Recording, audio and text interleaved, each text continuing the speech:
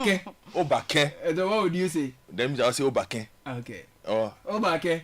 Obake. And you can we'll do the news review. Francisca. Yes. Obake. You're fancy woman in Accra. Say the Obake, let's go. I don't speak Ghana. If you don't say the Obake, if you don't say the Obake, they will evict you. You can be evicted. So I am protecting my Accra status. The way the Greater Accra Regional Minister is moving. I'm telling you. Yesterday we made a call for yes. level-headedness in this discourse. Regional Minister showed up for her press briefing, delivered nice updates, and decided to throw punches. Yes. Madam. Obake. That is not why you have the job. Let me anyway. Front page of the Daily Graphic. Partnership key in affordable housing delivery according to developers. Retain me NPP flag bearer. This is coming from Dr. Mahmoud Bawumia. Front page of the Daily Post newspaper, 12% of tertiary students abuse cocaine, 11% abuse heroin. That's according to Opare Ado, the Minister for Youth Development and Empowerment. Jata Cement moves against counterfeit bags after fraudulent videos surfaces. Front page of the Daily Guide will restore sacked workers Bawumia. I'm can-do candidate. Dr. Yao Osei Educhum. To the Inquisitor, Ioko's action on stolen cars. Game Boys opt for hail rides. Also, Gold Board offers licensed miners 832 832 Ghana cedis, whether it's million or, I don't know, bonus. Here's another story, why I choose DMB over Ken. And that's an explanation from Matthew Opoku Prempe, also known as Napo. And NPA holds downstream compliance workshop for tanker drivers in Accra. Front page of the Herald newspaper, multi-million-dollar private deal for streets, 150,000 national service personnel. Will give you details. Bawumia is also on the front page of the paper. Workers declare GBC boss persona non grata, demand his removal. To the Informer, I won't run in 2028. That's a declaration from President Mahama. Also, Ridge Hospital assault, GRNMA, that's the Ghana Registered Nurses and Midwives Association, rejects committee report. MPP standard bearer race, Bawumia stands tall, according to NAPO, and divisive politics, not my character, Dr. Bawumia there. Also, pay bribe or lose salary, controller officer busted in payroll fraud. Front page of the Overseer newspaper, Mahama secures 10,000 bed student hostel for UG in Singapore deals. Branachan points on the front page of the paper. The Greater Accra Regional Minister is here. She's calling MMDCEs to order. The Chronicle is reporting Ebo Kwanzaa goes home tomorrow. The venue is a Kumfi Ekwafo. Also, my vision is to expand the economy. Dr. Bawumia there, and Dr. Educhum is saying, I will fight poverty and rescue Ghanaians if elected to lead MPP and subsequently the nation. Front page of the BNFT finally from me, Caleb. Unemployment dips to 13% in Q4 2024, but youth joblessness remains high. Also on the front page, Bagre Dam spillage threatens communities along Volta River. And in employment, women hold just 26% of public sector managerial roles. Need to do better. And I have the Catholic Standard as my final. Pope Leo XVI calls for global disarmament amid world conflict. Also, stop the cocoa politics, save the farmers, save the nation. And Ghanaian students abroad face deportation over unpaid scholarships. Okay, so let me bring you some stories the papers didn't capture that are online. Agbogboleshi onion market to be decongested again as encroachers return. And a helicopter crash. International investigators arrived to assist with probe. And Bawumia's defeat doesn't disqualify him from leading the NPP. We will retain Akwetia seat to honor Ernest Kumi. This is the NPP now. Ghana Water Limited shuts down Pong plant for emergency repairs. If you go to ChannelOneNewsOnline.com, avoid divisive politics. Appointment marking to NPP aspirants. Now, Eduboahin's trial to resume mid-October. This is Shremsai speaking. He has also said that no evidence has been lost, as has been put out there in some quarters. Myth, now a key pillar in Ghana's economy. This is Patrick Boama speaking. And Achim Wenchi holds second vigil for late Akwetia MP. And if you go to this says the High Street Journal, Bank of Ghana can ban dollar pricing on paper, but only a strong cedi can end it. Bread lovers, go for it. This one is for you. Bread lovers could keep Ghana's wheat imports rising despite falling prices. We'll tell you why the High Street Journal is saying this. If you go to myjoyonline.com, Cocoa Board expecting over $4 billion inflows before end of year to boost cedi. This is the BOG speaking. And the story of opioids are here. The angle is that opioids are essential for pain relief but pose a high risk. FDA. Now on Daddy Lumba's 1 week observance it's moved to the Independence Square amidst noise making ban. This is on My Joy Online. Kofi Kinata is next to take high life baton. This is Jedu Blay Ambule. If I take you elsewhere, the story that catches my attention on the CNN is fight breaks out in Mexican Senate following debate on U.S. military intervention. Okay, let me take you to some key local stories on the back page of the Daily Graphic. So the Tema water supply to Eastern Tema crash shut down. Let me just give you highlights. So the Ghana Water Limited has shut down its pond treatment plant with effect from yesterday. The shutdown is to allow for emergency repair works to fix damaged portions of the raw water intake pipeline of the plant. So affected areas, the entire Tema metropolis and most parts of Accra, including but not limited to Ashaiman, Bechile, Akatamanso, Klagon, Lashibi, Batrona, Spintex, parts of East Legon, and surrounding communities. Also on the back page of that paper, really sad story today by Beaches Lie. 3 dead, many injured in clash during Teshi Homo. It's supposed to be a happy day. 3 persons have been confirmed dead and several others injured after violent clash during the sprinkling of Kwekwe to mark the 2025 Homo celebrations in Teshi. The incident occurred last Tuesday at the Chief's Palace in Lenshi, near the Manjano Shrine, when 2 rival factions clashed.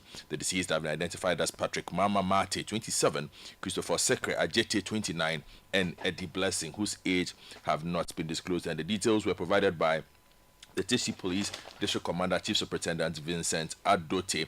So according to him, the violence broke out around 1:30 p.m. when the Paramount Chief, Gbecholo, Ni Akonfra III and the Centurage were returning to the palace after performing the traditional Kukwe sprinkling rites at various locations in town. Shortly after the Asafuache, the Otofuache, Ni Jata, and his followers also arrived at the palace to perform their own sprinkling, but were vehemently prevented by supporters of the Paramount Chief, and this led to the chaos. Now, Superintendent Adote revealed that intelligence reports suggested that some factions are planning retaliatory attacks. Look, we need people to calm down in the city. To calm down.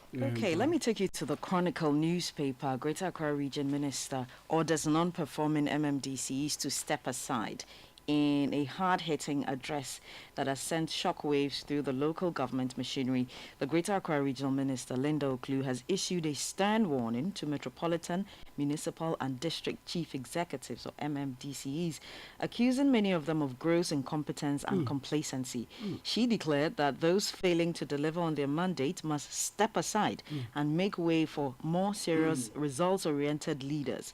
Speaking at the time with the media engagement held at the Impartiality Conference Hall in Accra, the minister expressed deep disappointment over worsening sanitation, malfunctioning street lights, and unchecked billboard installations across the region. According to her, these failures reflect a troubling pattern of neglect by some local executives.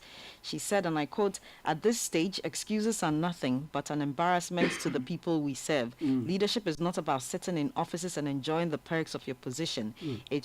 It is about delivering results. Right now, many of you are simply sleeping on the job." On the issue of street lighting, Mrs. Oklu revealed that 3,000 new street lights have been secured through collaboration with the Ministry of Energy, with 100 allocated to each MMDA. She gave the MMDCs a strict 2-week deadline to ensure installation across their jurisdictions. And she said no excuses, no delays, and that she will personally monitor the drive. And yesterday, she lined up all the MMDs and within her jurisdiction. Everyone gave 5 minutes account of what has been happening. Some of them spoke about sanitation, street lighting, and all of that. If you listened and any of them said something that doesn't tally with what's on the grounds where you are, let us know. But Agbogbloshe Onion Market is going to be decongested. Yes, but I want to stay with the minister and something that she said during her briefing as well. So Mrs. Oklu, and this is on page 20 of the Daily Graphic, described as unacceptable a trend among some of the MMDCs to use their offices for political party activities. Quote, I have reports that many of you have turned your official offices into party meeting grounds, filling them with unauthorized officials and visitors, while your staff, the very people who you are supposed to lead, are denied access to discuss official matters. Again, she expressed her displeasure about the MMDC's use of personal assistants to carry out official assignments. Such a trend, she said, must stop immediately, as personal assistants had no locus to undertake certain activities. Now, on to the Agbogbloshe Onion Market, we are told that it's going to be decongested again. Now, the Ablekuma Central Municipal Assembly has announced a joint operation with the Ghana Police Service to carry out a new decongestion exercise at the Agbogbloshe Onion Market. The site, once home to thousands of scrap dealers, gained global notoriety as one of the dirtiest e-waste dump sites due to the widespread burning of electronic waste. Now, on July 1, 2021, the Greater Accra Regional Coordinating Council, with support from armed police, demolished structures and evicted about 10,000 scrap dealers as part of a major cleanup exercise. Now, a section of the land was later earmarked for the construction of a district hospital under government's Agenda 111. Now, 4 years later, we know what has happened there. Scrap dealers have reoccupied the site, and now we are told by the MCE for Ablekuma Central, Frank Nkansa, that the development is troubling and is assuring of urgent action. So that's what we are seeing. I don't know the timeline, it's not captured here in the story, but we'll certainly keep an eye to know what becomes of Agbogbloshe. Okay, to the Inquisitor newspaper, and an interesting story from the front page. Game Boys opt for hill rides. And it reads, the economic Godfred, the Economic and Organized Crime Office, EOCO, and other international anti-graft agencies tracing of stolen vehicles in Ghana have far-reaching ramifications on the people in fraudulent cross-border crimes, which enable them secure stolen cars. Since the EOCO started chasing the loot among the cyber criminals, those operating hail car services are cashing in big time. The Game Boys have virtually parked all their vehicles with questionable documentation and resorted to Bolt, Yango, Uber, and other hail rides available in Ghana's capital, Accra. Some of them could engage the services for days, allowing the operators of such rides to make huge sums of money. Apart from the financial gains, the operators usually get the singular opportunity of wining and dining with the Game Boys. The usual bubbling East Legon, Oxford Street, and Spintex areas associated with first-class vehicles during nightlife by Game Boys have now become dead. I'll stay with the Daily Graphic because they have a lot of stories that require attention. On page 28 again, 22 drowned in Galamsey pits in Central Region. This is coming from NADMO, story by Shelley Siduado, who writes that 22 people have drowned in abandoned illegal mining pits in the Central Region within the past 7 months. Now, the regional director of NADMO, Kwesi Dawood Mensa, who made this known at a media briefing in Dunkwanofen last Wednesday, described the situation as both alarming and heartbreaking. He cautioned that the actual number of casualties could be higher, as some incidents may have gone unreported. On the same page, another tragic story. A large number of people fleeing communal clashes in Gbinyiri, in the Sola Tuna Kalba district of the Savannah region, are feared dead after the boats carrying them capsized on the White Volta River. The victims, displaced by a bloody land dispute, were attempting to cross the river into neighboring Cote d'Ivoire when the incident occurred yesterday at Dinie Tuombo. 6 people had been rescued by an emergency response team at the time of filing this report. This is so sad. Very sad indeed. And the Ghanaian Times has got that Gbinyiri story as an editorial in its newspapers. The Chronicle also has an editorial about the impact of land disputes and the failure of the Lands Act 2020 to address some of these challenges. Right. Let me take your attention from lands and conflict to bread. Godfred. Bread lovers could keep Ghana's wheat imports rising despite falling prices. So, Ghana, fully dependent on wheat imports, faces rising demand driven by economic recovery, population growth, and urbanization. Falling global prices and a slightly stronger cedi may ease costs temporarily. Now, Suleiman Boachi is writing for the High Street Journal that Ghana's love for bread is said to keep its wheat imports high, even as global prices dip. According to the U.S. Department of Agriculture's Grain and Feed Annual 2025 report, the country produces no wheat domestically, making it entirely reliant on imports to satisfy the growing appetite of its urban and rural consumers alike. Now, imports are projected to reach 1 million metric tons in marketing year 2025-2026, up from 950,000 metric tons in previous years. The rise reflects not only population growth and urbanization, but also improved economic conditions, which are allowing Ghanaians to return to normal consumption patterns after periods of high inflation. What would it take for us to enjoy more, bread from potato flour, which we grow here and make here, cassava flour, bread made from these, to reduce our, dependence on wheat and reduce our imports and stuff like that. I think that's why we are doing our This is Ghana and all the fairs we've been promoting. Yes, it's certainly. very important. Let me take you to page 3 of the BNFT. Yeah. Quickly, unemployment dips to 13% in Q4 2024, but youth joblessness remains high. Yeah. And according to the data from the quarterly labor statistics of the Ghana Statistical Service, shows that in 2024, the unemployment rate averaged 32% for persons aged between 15 and 24, and 22% for those aged between 15 and 35. Overall, 7 in 10 unemployed persons were youth, underscoring the struggle of young people to transition from school to work. Kaka. Yes, and I have two quick stories. One from the Inquisitor. GPCL declares war on fake gazettes. Now, the managing director of the Ghana Publishing Company Limited, Nana Kwesi Boate, has declared an uncompromising war against the growing menace of fake gazettes in the country. Speaking at the launch of the Gazette 360 campaign held at the premises of GPCL in Accra, Mr. Boate vowed to clamp down on fake gazettes that have flooded the system. He warned that anyone caught attempting to falsify the gazette would be treated as an enemy of the state. He said, and I quote, "We'll chase you, we'll arrest you, we'll prosecute you, and we'll make sure that you stay behind bars." Let me quickly jump to the Catholic Standard and the story about Stop the Cocoa Politics, Save the Farmers, Save the Nation. The story reads, "Cocoa is Ghana's gift to the world. It is the backbone of our economy, the heritage, etc., etc." Now, it says, while politicians squabble over prices and policy, the farmers in Sefi, Joaboso, Nkoko, and Achem struggle to keep hope alive. Fertilizer arrives late, smuggling robs them of revenue, and debts pile up. And still the farmer bends his back, breaks the soil, and waits for promises that rarely come. The Catholic Standard says enough is enough. Cocoa must not be turned into political football. If Ghana is to grow, we must rescue cocoa from the grips of partisanship. Very important. Now, to politics, 5 aspirants filed to contest MPP presidential primary. We know the names: Engineer Kwabna Eje Japan, Honorable Ken Ohene Japan, Honorable Dr. Brian Echampong, and then Dr. Mahmoud Baumia and Dr. Yao Ose Educhum. We've been hearing from all quarters. Dr. Educhum says he's a can-do candidate. Yes, that's on the front page of the Daily Guide, according to the former Minister of Education.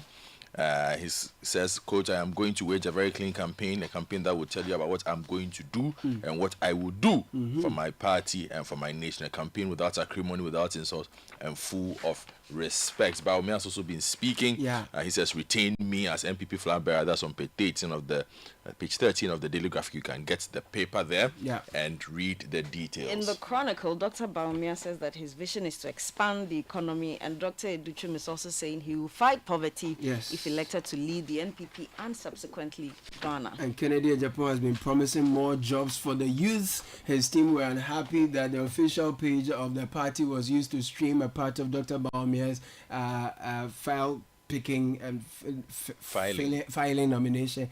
nomination process, yes. And then I will wrap up with the Herald's editorial on page 3, tribalism and the Akwaba debate, a step backward for Ghana. Thank you very much, Larry Alandogbe, for this. He says, while we understand their frustrations, we must confront a growing concern. The slow but steady rise of tribalism and tribal superiority in Ghana stretches the very foundation on which our nation was built. And then he goes on to say, Akwaba is not just an Akan word, it has become a symbol of Ghana's hospitality, recognized worldwide. Accra, our capital city, belongs to all Ghanaians. Yes. If we start dismantling national symbols based on ethnic claims, where will it end? That's where we end the news review. Thank you, Godfred. Thank you, Francisca.